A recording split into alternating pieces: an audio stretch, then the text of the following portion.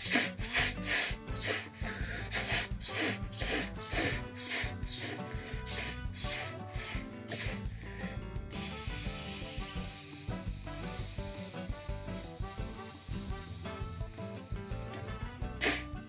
vanaisa seal! Lähme ruttu sinna!